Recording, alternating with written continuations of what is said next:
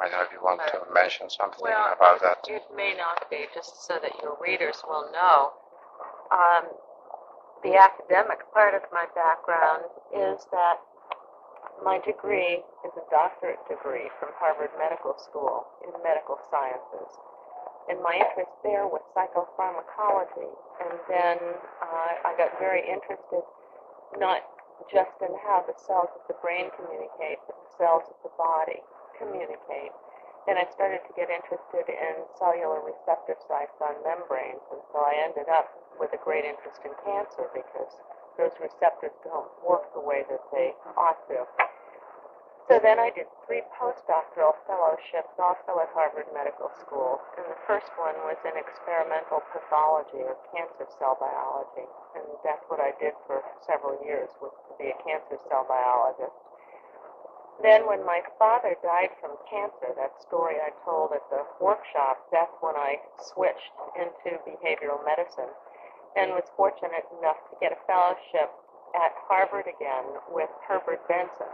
It was actually the first fellowship available in behavioral medicine to retrain psychologists and physicians in what was a brand new field 20 years ago.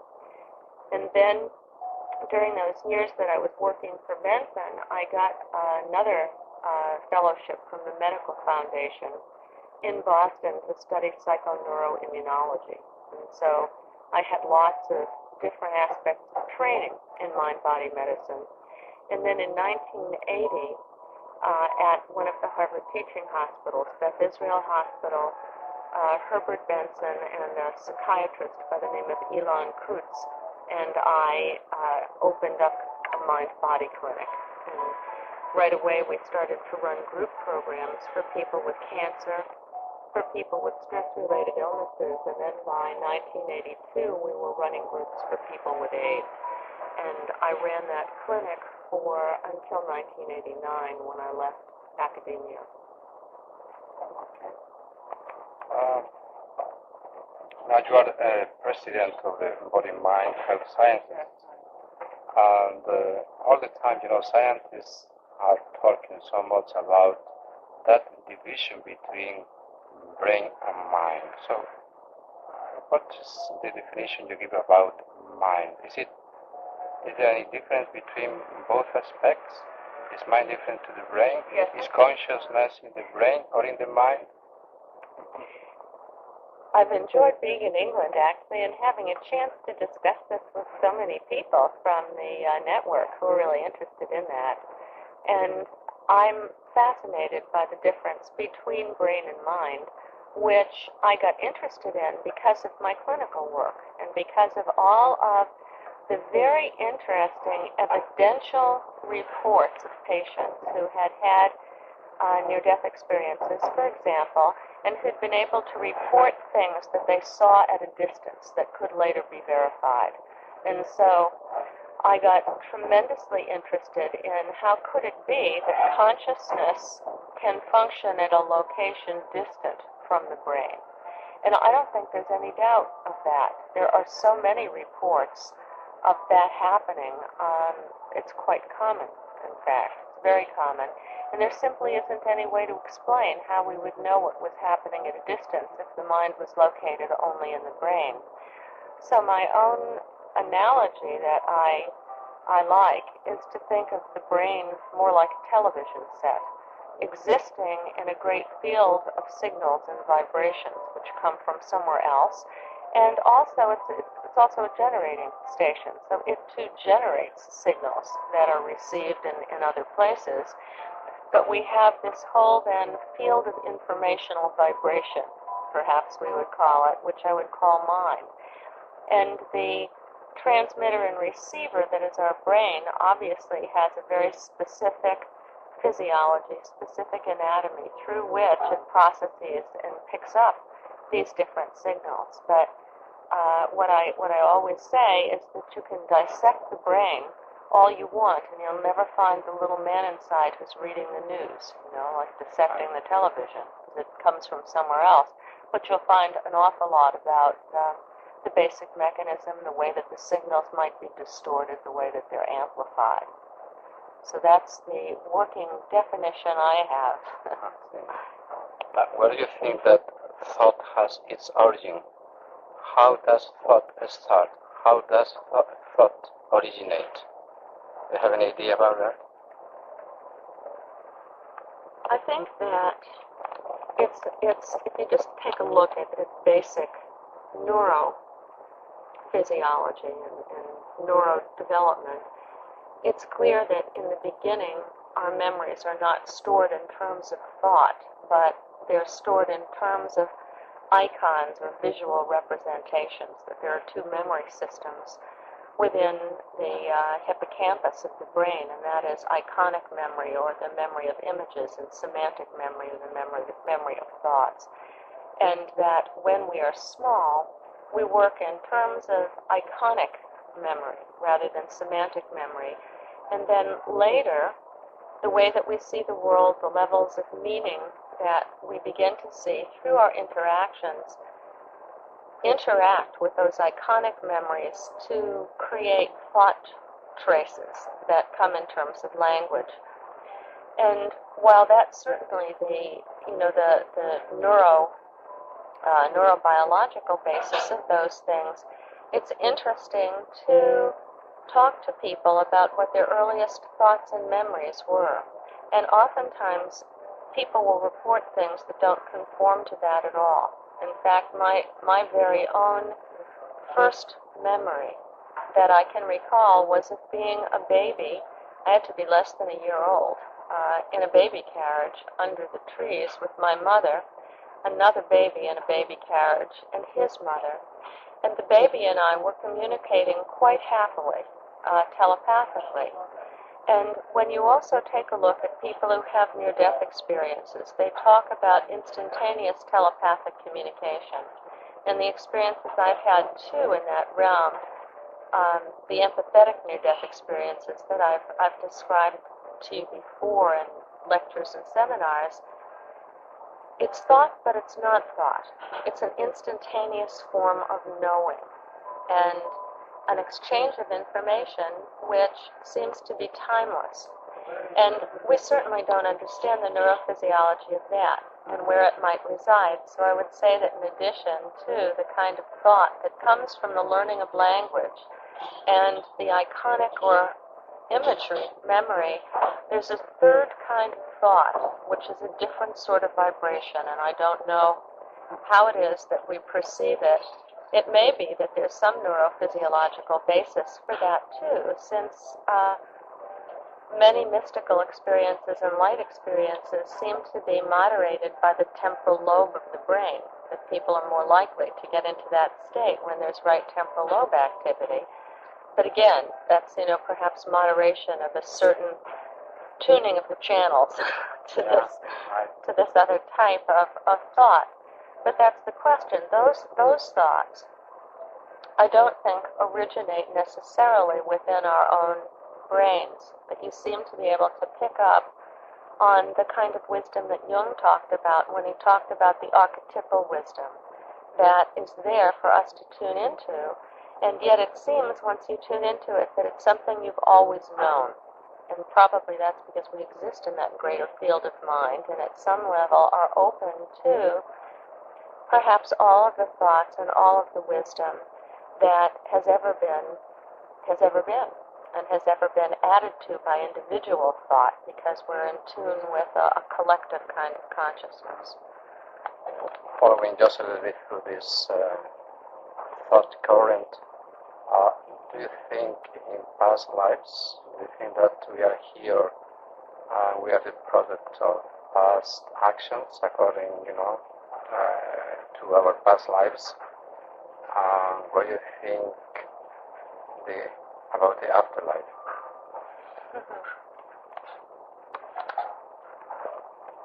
I have two very different ways of thinking about this. One is that it's fascinating to think about, and I've spent most of my life questing for both knowledge and wisdom concerning that nature of the soul, the purpose that we're here for, where we go when we leave this earthly vessel. And the more I know that I don't know.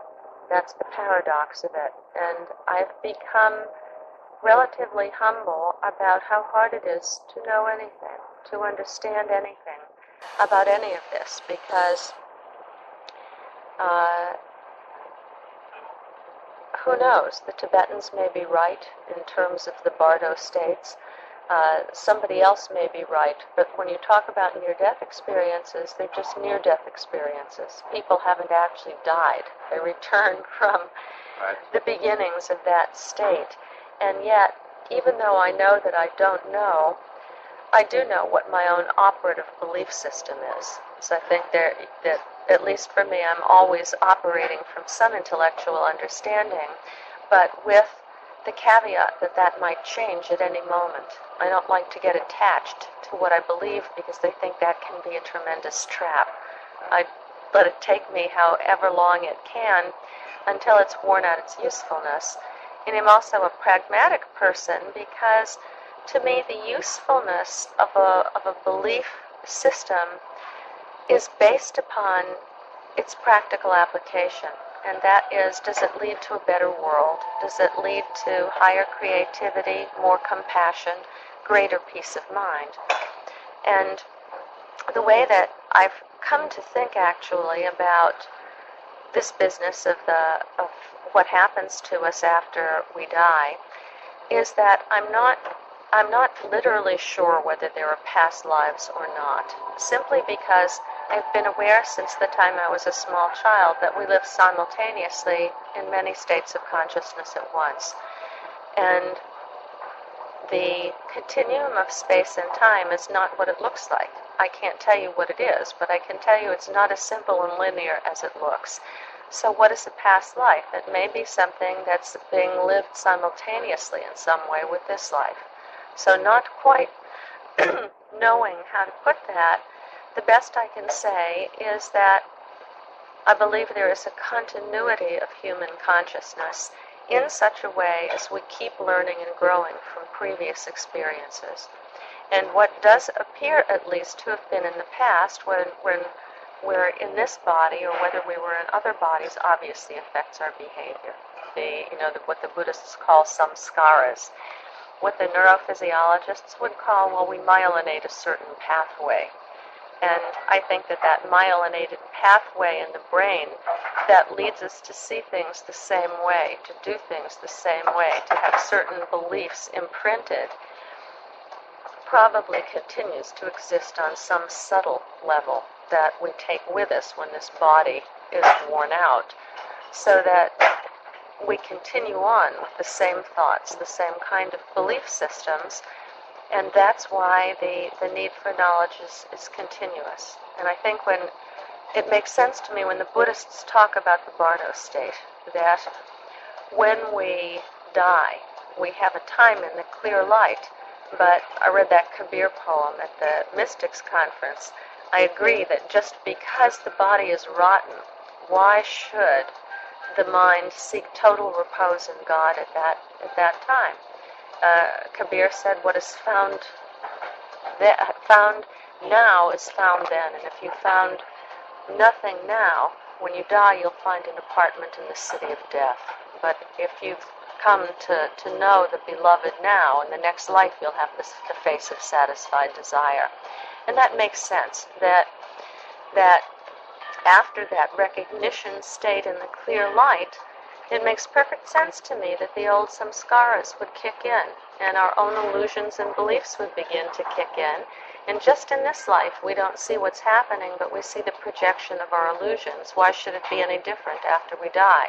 And the projection of those illusions would be, in fact, the Bardo state.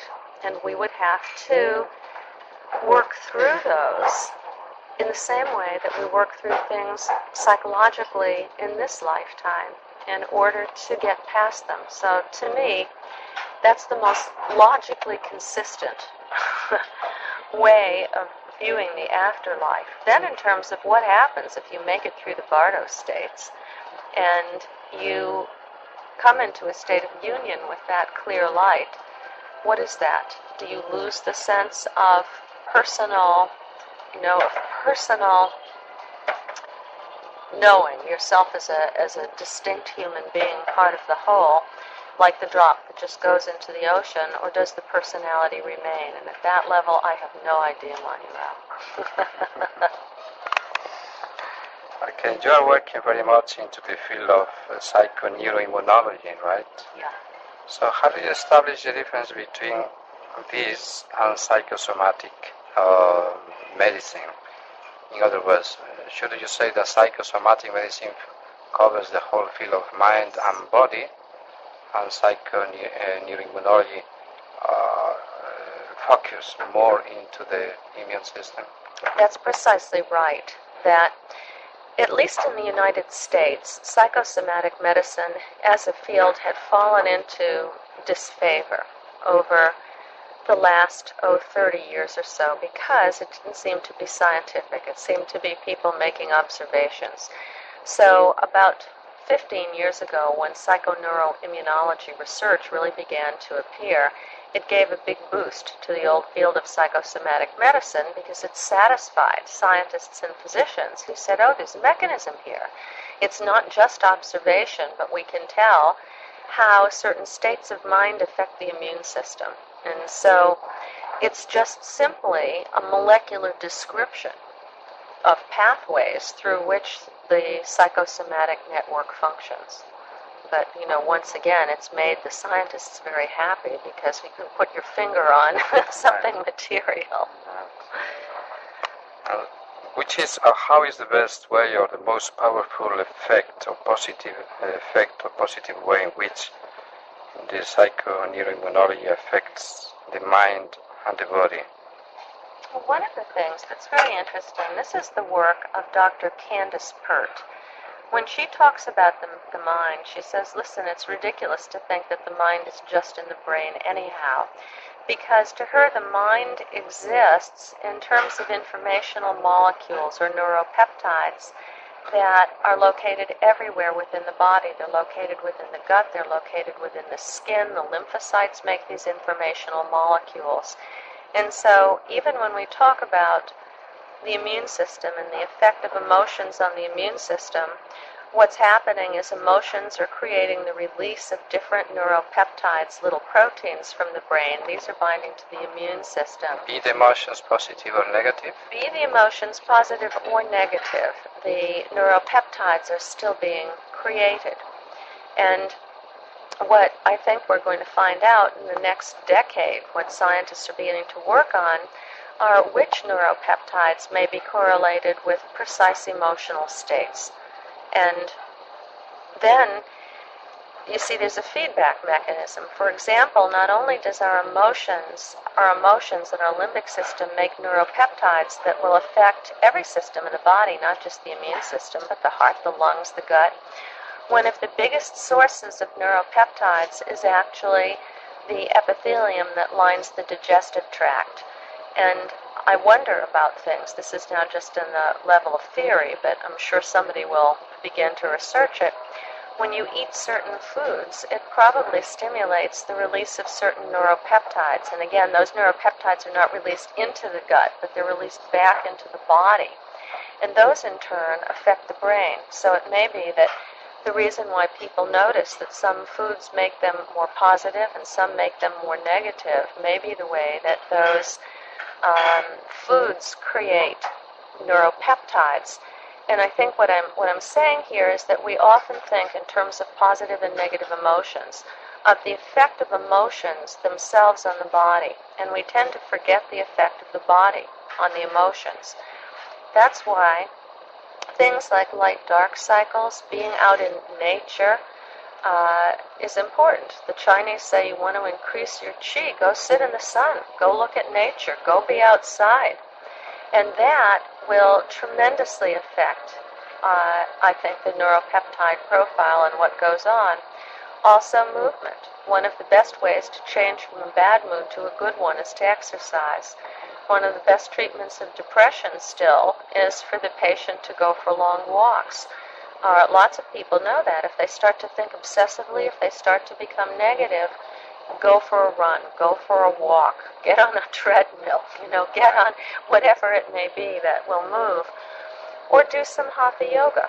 one of the oldest systems, of course, of changing the emotions is Hatha Yoga. There are different postures that will certainly calm the body down in specific ways that I think can really change the emotional milieu. So it's a two-way street, and we have to remember that the body is very, very important in the mind.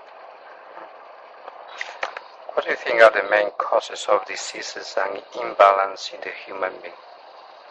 Well, I think there are probably three main sources of disease and disbalance. One of them are genetic, and once again, we don't understand that. Is genetic illness in fact the result of a samskara, or we would say, series of events from some past life or some other level of life in the etheric body that when the physical body is organizing, it will show up there, and we will choose a parent in whom that will show up. So we really don't know. We can say genetics and think of it as a material thing, but perhaps it's also psychological, spiritual, and subtle. So genetics is one cause of disbalance. Another is obviously emotion, that whole field of mind-body medicine. And then there are environmental causes, and these are enormously important. It always stuns me when I look at the data on breast cancer in American women, that only 1 in 20 women developed breast cancer in 1960s, and by 1993, 1 in 8 women developed breast cancer. And that's not due to a genetic change or a change in our psychology or emotions. It's due most probably to the accumulation of organochlorine pesticide residues in the food. And those are xenoestrogens, foreign estrogens, that react with the tissue of the breast. And now there's been much more interest, since these also have been found to react with the tissue of the prostate and be a very big cause of the really growing epidemic in prostate cancer in men. So these things, being out of harmony with our environment, definitely creates disease. And I've always felt that you take a look at things like Native American culture, what it is to walk in beauty, or you take a look at Chinese culture, what it is to live harmoniously with the qi, that when we become disbalanced in any way, that's when disease is likely to come in. So it may be a genetic disbalance for some reason, a psychological disbalance, or an environmental disbalance, being out of harmony, out of right relationship with ourself, others, the environment, God. I think all of those contribute to disease. So, for instance, you talk about just the power of the mind to heal. So has our mind real power to heal all diseases? I mean, physical and mental diseases. The so-called mental diseases anyway. Yes. It's fascinating, because here we have to say, are all diseases curable by the mind? And I would have to say potentially that's so. Or is it the mind the cause of the disease itself? Could put it that way. Well, see, this is the question with the nature of mind. If you say, are all diseases 100% created by your mind? I would have to say yes, no, and maybe, because I don't like the idea that all diseases are created psychologically, because that to me boils down to a position, a fundamentally narcissistic position, and an isolated position, where you say, I'm an isolated entity in space and time. My mind affects my body. And if you say that, you forget the fact that other people's minds affect your body, if we believe in the unity of mind, that the thought forms of the culture affect your body, that the natural forces, seasons, cycles, sunspots, phases of the moon, all of that also affects your body. And the fact, too, that at a whole other level, maybe you've got a soul contract that you made coming in here, that at the age of 42, you were going to develop AIDS because the soul group to whom you belonged together had decided that certain things were needed for evolution, for learning, for edges to push against. We have no way of knowing these things, except that when I've talked to people who've had near-death experiences, for example, I've heard a tremendous number where people will tell you that their illness was actually something that had been pre-agreed on for the benefit of somebody else, or for their own benefit in some particular way, and it doesn't boil down to something so simple as, gee, I thought wrong and therefore I got AIDS, or I got cancer, or I got whatever. So, to me, we look at the etiology of disease, we have to say that we have to look at levels of mind beyond which we normally look at them, and maybe we can say yes in those cases too. The mind had to do with the development of the disease, but it was a larger aspect of mind, and for the benefit of much larger groups of people, and it wasn't a matter of one person whose pessimistic attitude was creating changes in their lymphocytes that led to poor immunosurveillance and the breakthrough of cancer. So it's perhaps more complex.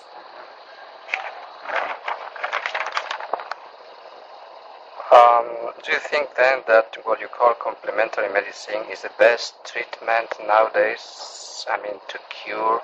Because you establish also the difference between cure and healing. Yes, that's right. And I think, again, you have to look at the spectrum of an illness. For some illnesses, allopathic medicine is what you need. You've fallen down, you've broken your leg, you need to go to the hospital and get a cast put on your leg. You might also find that meditation helps there. It's complementary, or certain exercises that mobilize the healing force of the body, visualization, yoga, qigong, to improve the circulation, to bring those subtle energy currents to the bone for healing. So even in a case like that, I would say complementary medicine is a help.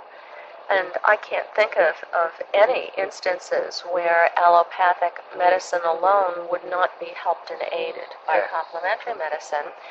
I can certainly think of times when allopathic medicine is not a help, when complementary techniques of medicine themselves are all that a person needs.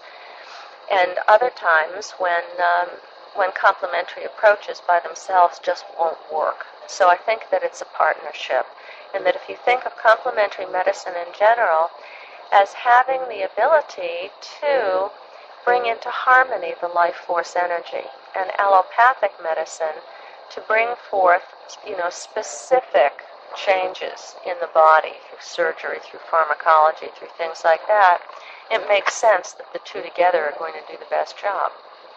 Yeah, this would be a good combination between the East and the West, in other words. Yeah. Now, I'm going to ask you a very nice question, it seems to me, we have been led or guided by religion, religious ideas, how to think about God, how to think about the universe and this and that. So, in a way, we have been like slaves of a certain type of education, in different traditions, of course. Are you not, nowadays, like the gurus who are just, I'm not going to say the word because it's not like that, imposing in a way, in a scientific way, the ideas to follow? I mean, how you must love, how you must feel, how you must think. Because if you think in this way, the neuropeptides are going to go into the blood, and then this and then that. So don't be sad, because if you do so, your immune system is going to be having real problems. I mean, people like yourself who are in this field and are studying very hard, like Herbert Benson, Dean Ornish, or Bernie Siegel, or Larry Dossey, or whoever. What do you think about that? Well, I think, let me finish this, because also very many people believe and think, blindly, that when you say something, you, people say something about all these things, is something like God's word. God has just spoken, right? Yes, I am God. I came to speak to you. Listen to me and do what I say. Otherwise, you'll condemn, to suffering. Well, first of all, this has happened a great deal in the United States, and that's what I've always called. Before I forget, excuse me, and not only that, because it's like saying, oh, Dr. Borysenko says something, therefore it's true. You are backing up your opinion in the person, whatever, teaching or opinion or whatever. Yes, that's right. That's right. Well, there is, I think, in most human beings, the thought that they're going to find the truth with the big T, and then their life will be happy, if only they find the right way. Melatonin, nowadays you say melatonin, is it so that melatonin? Yes, right. Yeah. If you buy this and you have it, the pill will be useful forever. That's right. People are looking for that, and they're looking for a fountain of youth in mind-body medicine, too. And that's why it often upsets people when I make the distinction between curing and healing. And I say you can think all the nice thoughts you want, you can heal your life, you can come into right relation with yourself, with other people, and with God, and you're still going to die, and you may die young. And that this is a very important distinction, that you have to live your life in a way where you find truth within you in the moment, and that no one can tell you how to do that, how you're going to come to that authentic state in your own life, but it is not through positive thinking. This has been such a big misunderstanding, Manuel, because I'm much less familiar with the kinds of support groups and things that are available in Europe, in Spain, but certainly in the United States. Lots of support groups for people with life-threatening, life-challenging illness have cropped up, and some of those are really sad. You go into them, and people can't express what they're feeling. The minute they say, oh, I'm feeling depressed, or I'm feeling afraid, or, my husband doesn't want to touch me because my body looks different, people jump on them and tell them to be quiet, that unless they have something positive to say, they shouldn't speak at all, because their lymphocytes will be shriveling in their veins and they'll contaminate everybody else. That's right. Whereas it's very clear, if you look at the research, that it's very positive to express your negative emotions, but not to get stuck in them. It was, I think, Elizabeth Kubler-Ross had a wonderful word. She said you don't want to marinate, soak in those negative emotions, but they have to come out in order for them to be transformed. It was very interesting to watch on that Bill Moyer special that I talked about the particular support group that was run by David Spiegel at Stanford, the women with metastatic breast cancer. They showed part of that group, and the women were complaining, sad, depressed, anxious, talking about their fears of death and what was going on in their life, and yet he didn't let them just stay there. They talked about that, but what they really came to was the preciousness of every moment in this moment. What could really change in their relationships that allowed them to bring forth what was most important, most beautiful, most sacred within those. And how it was that you coped and you sought for meaning in situations that were difficult. And everybody does that a little bit differently, you see. But it is important, I think very important, for people to recognize just that everybody has latitude in how they want to go about things. And the most important thing to me is when the person has that chance to say, okay, I'm going to really now look and say, I know I'm mortal. How am I going to live my life each day in a way that I can make the most of it? And sometimes you find a very different answer. I tell you a story that there was a psychiatrist I worked with in the States, had a rare form of cancer, and she only lived for 6 months. And she came to me to learn some meditation for pain control. And when I said to her, well, clearly this is a difficult period in your life, and what do you want to focus on? She said, I certainly don't want to focus on the possibility that I may die. And she said, if you insist on talking about death, I'm going to stop working with you. And I said, okay, it's up to you. You've come. And she said, I've thought about it. And she said, for me, the best way that I can be creative, the best way that I can support my body, my patients, my friends, and my family is by going into denial. And that's a conscious choice that I'm making, so don't fool around with it. Now, she worked up until the day before she died. She saw patients the day before she died. And when she died, some of her colleagues, we happened to meet for lunch in the hospital cafeteria, some of them were very, very angry that she had, quote, not faced her death. And what it was about, what we realized was that she'd faced her death and dealt with her life in the way that she wanted to, but other people were angry that she hadn't said goodbye. And so it's very easy to judge somebody else and once again project your own needs. But I don't think there is one specific way that people go through illness and come to healing. I think she did a tremendous amount of healing. She was very joyful, very focused, very creative, and she did it through denial. I think that's the most important thing, Manuel, is not to become limited in one's thinking about how you go about doing these things. And just like that, all this, so much literature nowadays, so many researchers, investigators, so many books about imagery, guided visualization. This is something like the panacea of all your, problems and diseases. And, and it's outpouring like a cascade of information all the time.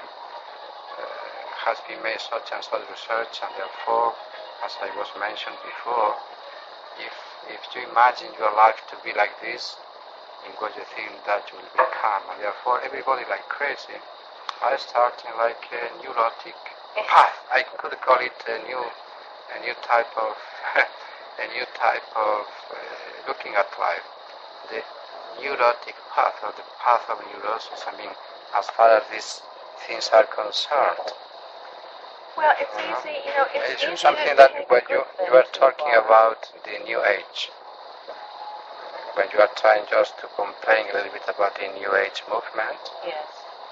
something Sure, like that. yeah. Well, so that's the new age guilt. It's that thought that you've made yourself sick with your mind, and that if you do not cure your body, this is evidence of the fact that you haven't used your mind well. And that's really pervasive. People get a lot of hope from the thought that you can affect your body with your mind.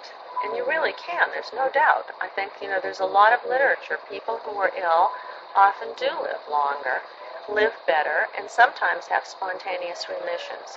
But it is not always the case. And yet, when it's us who are sick, it's hard to think that we won't be perhaps the one who lives longer, the one who has a spontaneous remission. And it becomes human nature to say, what did I do wrong? Did I not do my imagery correctly? Did I not eat correctly? Maybe there's some little stone left unturned that I haven't healed. And the tendency for that to turn into guilt is just tremendous in people. And what I found is that sometimes that's the most interesting part of the healing, when people suddenly realize how hard they are on themselves, how much they expect of themselves. Is this what you call the New Age guilt? Yeah, that's definitely the New Age guilt. And I talk about that at great length in that book that's not in Spanish, that Guilt is the Teacher, Right. Love is the Lesson, because perhaps... Because people expect to be healed through all this... Well, that's it. But it comes down to something much deeper, and that is perhaps the fundamental wound of being human. The fundamental fear is the fear of abandonment, the fear of not being loved, and therefore the fear that in some way you're unworthy. If people really knew you, if they really understood you, and they saw the dark parts of you, they wouldn't love you, and they wouldn't accept you. And that very deep sense of unworthiness is probably what we need to heal most of all. And that's why after I wrote my first book, Minding the Body, Mending the Mind, and I said, really worked with people for years who were in the intensity of looking at themselves, trying to answer those big questions. Who am I? What's the purpose of life? What's holding me out of the moment? How do I get back into right relationship? It came down almost to every single person for the same thing, the sense that when they pulled away all the masks, what was left was the fear of unworthiness, this kind of deep sense that's beyond guilt. It's a sense of shame. It's not maybe that you've done something wrong, but the enduring feeling that you are wrong as a person, that there's something there that you don't want anybody to see, that you don't really want to see yourself. And that, I think, is the genesis of New Age guilt. That, and the other thing that we talked about briefly in the workshop, and that is that people in general would much rather feel guilty than helpless. It gives us a better sense of control. If we can say, if only I do this right and that right, I'll live forever, then we can feel more certain in what's clearly a very uncertain world, a world where there are no guarantees. Just to finalize now, you talk a lot about forgiveness, love, and very many problems as a result of feeling isolated, not being connected, and all these type of things. Isn't it the same message that is fundamental to all religions? Because they speak about love, forgiveness, but you do not apply a word which is very important, fear. Fear is behind everything human being. That's right. And what I read in your books, you don't talk too much about fear. Oh, sometimes I do. It depends totally on my mood at the moment. Yeah, because you fear death, fear of not being loved, right. Fear of this, fear of that. So fear actually is the emotion that is in the front and behind, up, down. That's right. That's right. And, I thoroughly agree with the Course in Miracles, If a priest would speak about Yeah. love, forgiveness, nowadays he would be given too much attention. But you do, and very many other people do, healing through love and all these type of things. And that, being more scientific, quoted like that, is more accepted by the society. What do you think?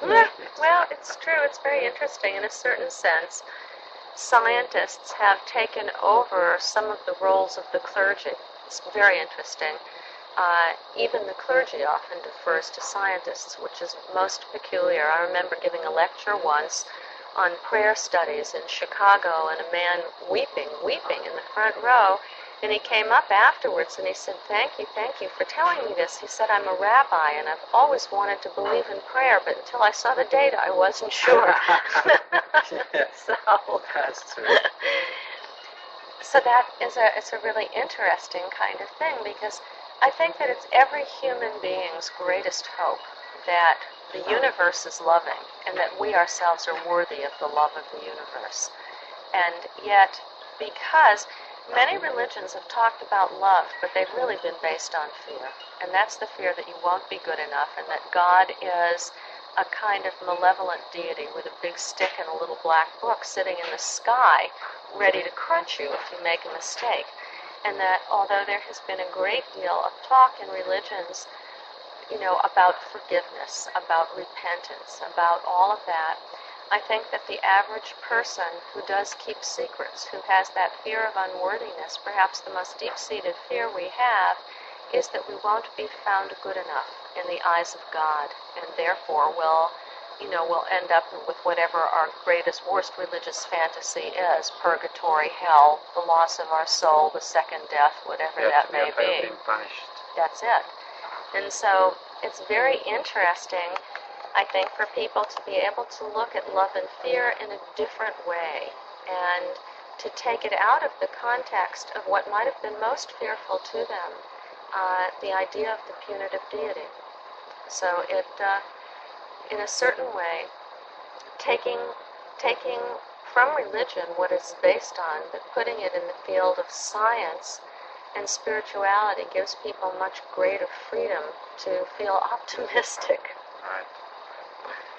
And meditation, yoga, qigong, tai chi, do all these, let's say, methods and techniques give really good welfare, security to the practitioners? I think that they're a help, but they're not the entire answer. I'm sure that you've had the same observation that I have, Manuel, that some people will enter an ashram mostly because they are afraid of life, they're afraid of themselves. They don't know what to do next. They very much want salvation with a big S in some way and to achieve that state of God union.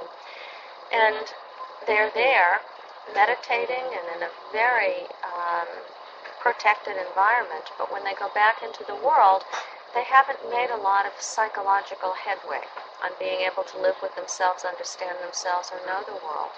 So I think that you can't just approach this through one level, that it's very important, the aspect of meditation, the aspect of understanding the mind, of learning to focus the mind, and of learning to let go of small mind and merge into big mind. That's very important, but it's not enough. That has to be coupled truly with psychological growth, with that kind of insightful self-awareness. And it's just the same thing that if you look at psychological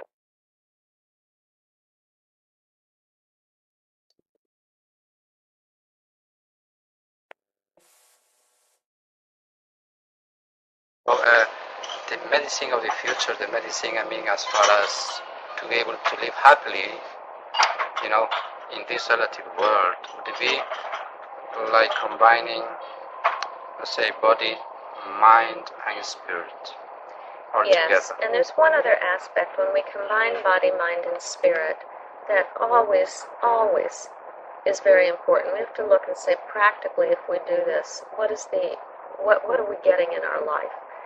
If our relationships are not more loving, if we're not motivated by service, it means that we've gone astray somewhere, and that a big part of that equation has got to be service to other people, caring for other people, and a balance, because you also have to care for yourself, and your own chalice and heart have to be full in order to give to other people. But I think we can't afford that model which says, I'm going to work on my own spiritual and psychological growth because it's isolating. The question is, how do we contribute to the welfare of the whole? And one of the criticisms that has been made throughout time about the New Age movement is that people don't get involved enough in social service and social action. You can go to oftentimes a church or a synagogue, and they're building houses for the poor, they're collecting for the needy, they're doing one thing or another. And it's very important in whatever your spiritual path and psychological path is to make sure that there's an aspect of service. And even the medical literature says when you do volunteer work and engage in service, it's good for your health. And that's what the Bhagavad Gita says, and do actions, but don't expect anything in return. That's right. However, this is very much in contradiction with very many currents nowadays. You are first, love yourself very much, and don't forget about yourself, have yourself in very high esteem. Well, that's important. Yeah, I know. I'm not saying that is not important, but in other words, it's like potentiating away the ego of the person. Whereas in these other traditions, in a way or another, say, forget about yourself and serve the others. So, and it's that balance, isn't it? It comes down to what has always been written, and that is that the spiritual path is a razor's edge, and it's that place between the opposites. If you give up yourself totally on one side to serve other people, you're likely to fall off the edge. If you do nothing but think about yourself and you don't serve other people, you fall off the edge. So what is it to walk that edge where you hold yourself in high esteem, you pay attention to your own needs, and from that state that gives you energy, that gives you joy, then you serve others. That's why this Luis is so much involved in my opinion, in bringing people to their own ego more and more, to make it strong. I attract this thing, I love it, I am loved, I am this, I am that. So you're always thinking about yourself. You know what I mean? It can really become a neurosis. Absolutely. That's what I mean. Yes, so it that's, can. I quite agree to what you were saying. There should be a balance in between both sides. Absolutely. I've often thought that if your idea of honing your mind and of health is to practice affirmations so that you can have a new Jaguar, something is wrong. Because you're thinking so much about yourself that Yes. eventually you find out you end up being ill, being neurotic about yourself. That's right. A type of narcissism or something That's right. like that. Yeah, I agree with you thoroughly. And it always requires that discrimination, doesn't it? Yeah. That discrimination and that constant willingness to be self-aware and to take a deep breath from time to time and look around you and say, what is my life really looking like? You know, what are the fruits of this? And the best, let's say, research done towards meditation, yoga, and all the benefits is done by Benson or somebody else? Well, Benson has certainly done a great deal looking at at meditation, but there have been so many other people since. It was his work that was the basis. But there's been lots of very good work by people like Elmer Green on, biofeedback, on subtle energy, on meditation, on healing. There's been a lot of very good work by a couple at Ohio State University, Janice Keefold Glazer and her husband Ronald Glazer, who really looked at immunology and meditation. And, all around the work. Last night we were talking with Peter Fennick about research that he's been, has done for years on the various physiological correlates of meditation. So that work is continuing. And then there is quite a database also on yoga, both in the United States and certainly in Indian medical journals. There's a great deal. And what we need to do is that a lot of the work that's been done in places like India doesn't get known in other countries. It's still hard to find a compendium, or it's like there's a wonderful book coming out on Qigong, and the number of studies on meditation, internal Qigong, is enormous in China, but most American researchers, for example, don't know that database at all. So we still need to do much more in terms of cross-cultural work. I don't know the literature in Spain. I don't know that much of the Indian literature. I know little of the Chinese literature. And I think we're at the point now where there needs to be much more collaborative work done. Okay, so thanks a lot, John. You're very welcome. So it's very interesting. I just have to go through Sure. this material and sort it out. Right. You've got a big job.